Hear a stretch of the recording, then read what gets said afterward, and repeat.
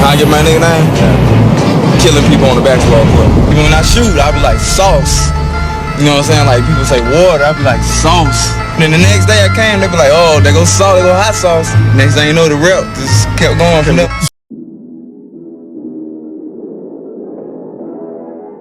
You are now watching Different Paths, One Family. The blender maker, the ball handling shaker, out of the ATL, the street ball legend, let's welcome Hot Sizzle, Hot Sauce! I was born in Fort Campbell, Kentucky. I was raised in Jacksonville, Florida. I was raised by my mom and my dad, but my dad was on the road most of the time. You know, he's in the Army. I moved to Jacksonville with my mom. Probably was not even 5 days old. Jacksonville was pretty straight. You know, they got the beach. It was a nice upbringing. Most of the time I used to go down to the rec center on the beach. I was small, I was like 5 years old at the time. And you know, I used to watch the guys play basketball and stuff like that. And what caught my attention, it was a guy named Leroy. He used to just throw the ball to me and spin it. I was just always trying to do that, and I guess from that day on, I used to always just, you know, I had a ball in my hand. You know, a lot of people don't know is I wasn't really physically built to play basketball in school. I was just a regular old guy that went to school. My mind was just all over the place. You know, back then, you know, I used to get in a lot of trouble, like skip school and stuff like that. So I was just the type of guy that I wouldn't go. So by me doing that, you know, my mom she always did her job as a parent. It was just me, you know, so during that time, she was like, all right, since you don't want to work or do the things that you're supposed to do, you know, to become, a young man or whatever, I'm gonna send you off the job corps. One of the guys that you know, I used to follow around all the time. He used to take me, show me around and show me the guys not to mess with and who the guys to hang around and stuff like that. And, you know, he kind of raised me a little bit while I was in there. He was probably on his last year there.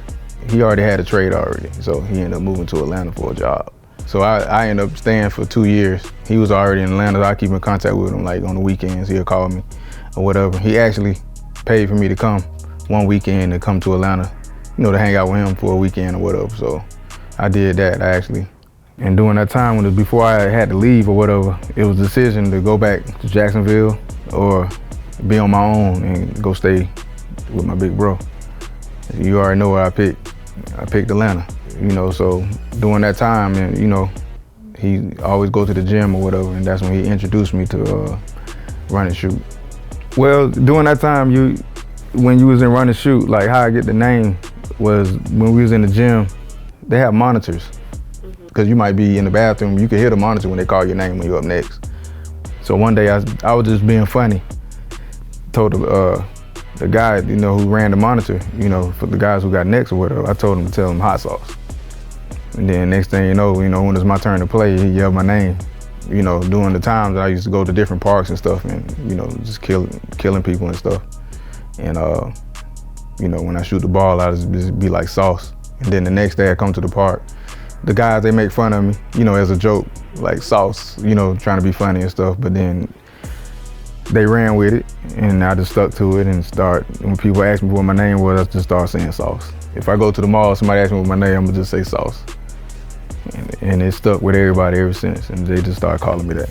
So once they started branding the nickname, you know, of course, people seeing me play, that's, you know, so it was like my style and my name put together. It's like you can't not forget a guy who, you know, got some nasty handles, then the nickname on top of that. So it's like, that stuck with everybody.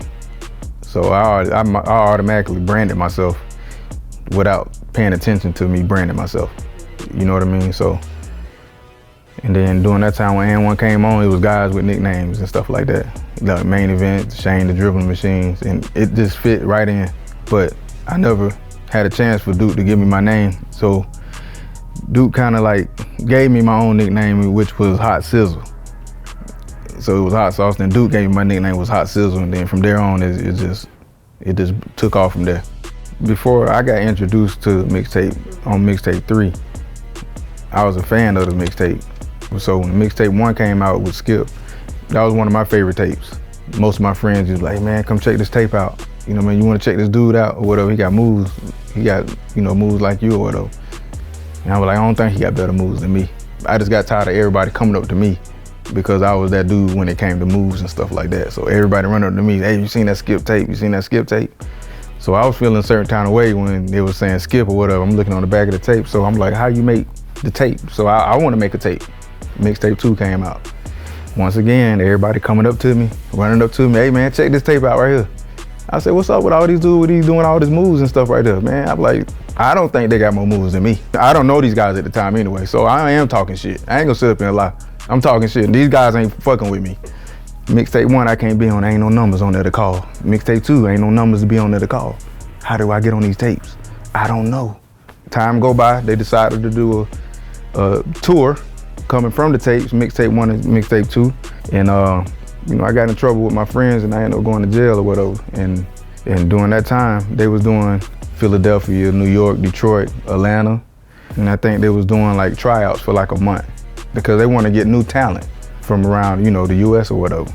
And during that time I was in jail and a couple of guys was doing my moves because they trying to get on the tape. They doing my moves during the tryouts or whatever.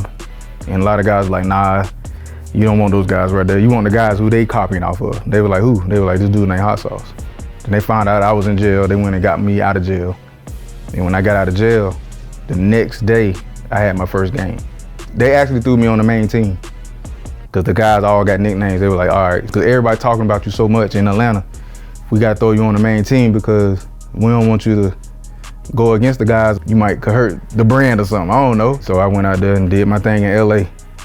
So they were like, all right, he killed in LA, it might be a mistake. Let's take it to Detroit. They take me to Detroit, killed their ass too. Let's take it to New York, killed their ass too. Let's take it to, killed their ass. It ain't no mistake, I'm doing it everywhere. Then we make it back to Atlanta, then next thing you know, blah, blah, blah, we get a phone call, boop, boop, boop, we introduce you on Mixtape 3. And then I said, well, I can't wait to see this. If they get the shit what I put out there, then my shit gonna do bigger numbers than Mixtape 1 and 2 put together. You know, the guys who were seeing me and run the shoot, they already know that's Hot Sauce. We already know what he could do. He nice with the rock or whatever. But then when I was seeing around the world, it was like, you know, a big impact. I put a real big impact on a lot of people and I gave a lot of creativity to a lot of these guys y'all see today. Like most people, they do in and out, go to the hole and lay it up. Or they might just throw it through the legs and keep going. Like back then, it's like, that was jaw dropping, like it was crazy. People thought I was sick. One move, boom, boom, go to the hole. Oh my God, that's crazy. So I used to always sit back and say, I want to double the oh my Gods. They do it one time. I want to do it 3 or 4 times and make it look good. You see what I'm saying? So they'll do one crossover, go to the hole, and that's it. Me, I'm gonna do it. So I'm gonna cross you up, bring it back, do it again, bop, bop, bop, spin them, bring it back again, then go lay it up. And that's what made me different than other guys. Yeah, some guys nasty, yeah, but it's 1s and 2s. Boom, boom, boom, lay up, that's it. Me, boom, boom, boom, boom, bring it back. I ain't done with you yet. Boom, boom, boom, boom, that's 3 and 4. And now, bop, bop, bop, 4 and 5, lay. So now they jumping up and down, going crazy and peeing on themselves. They peeing on themselves. Hold on, Sauce, let me go use the restroom real quick. That was nasty. And remember, it was just a hobby. From all those years, me being lazy and not want to work nowhere and all that stuff. So I'm performing in front of all these people, doing what I love to do. So then that ended up becoming my job right there. Handling the rock was a hobby, but breaking ankles was my job.